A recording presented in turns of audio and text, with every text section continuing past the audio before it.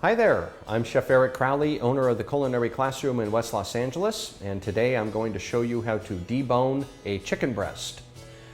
Most of my students and most of you out there probably buy chicken breasts on the bone at the supermarket. Sometimes they're labeled chicken breasts with rib meat attached, and they typically look like this. You're going to have some skin on it, and when you flip it on over, you're going to notice some really thin bones. These are the rib bones, and you're also going to notice this big bone right here. This is called the keel bone or the breastbone.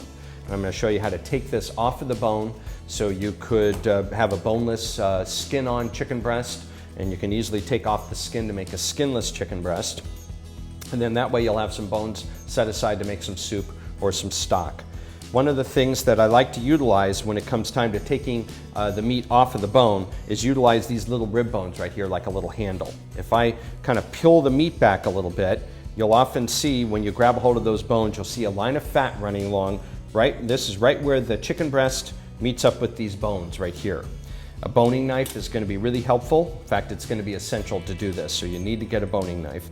And I'm going to use the whole length of the knife, going to hold the chicken up by this breast, and basically start to cut along this line of fat right here, holding my knife parallel or perpendicular to my cutting board, and making sure that the knife, as I start to cut it, runs in front of these bones, okay?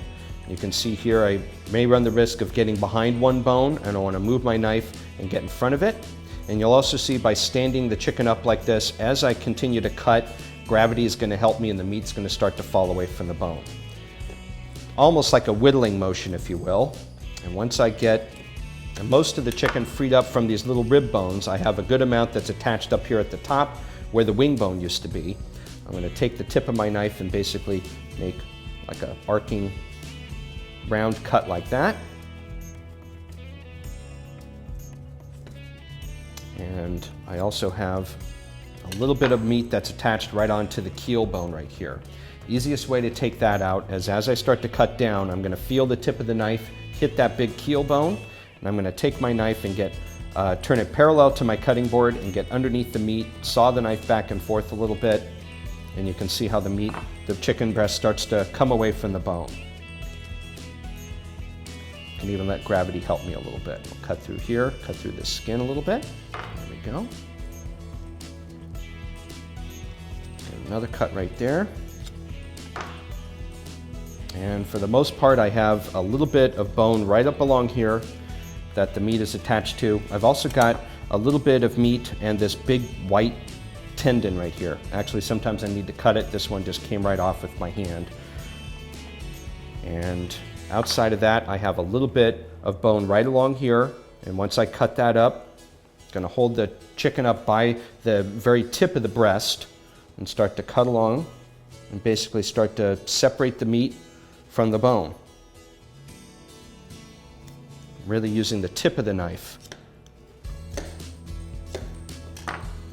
Now all I'm really left with is just a little bit of wishbone right here. Now the meat is taken off the bone. This is a boneless, skin-on chicken breast. What you wind up finding when you turn the breast upside down, and as you start to cut it away from the bone, that big white piece of tendon right here is what's attached to the chicken tender. I'll often take that and just peel that right off. Come on, there we go. And then this I'll wind up saving. I'll maybe trim off the very top of this tendon right here, and then these guys I'll wind up saving and wrapping up and freezing. These are great to make chicken fingers out of, or I'll cut them across like that and make some nice little bite-sized pieces to go into a stir fry. You can see I've got a little bit of connective tissue here. I'm going to trim that up. And if I have a little extra fat underneath the breast, I can trim that too. And that is how you debone a chicken breast. Thanks again for watching. Be sure to subscribe so you can get some additional information. If there's a recipe that you would like to see me make, feel free to send an email to requests@mahalo.com. Thanks again, and I'll see you soon.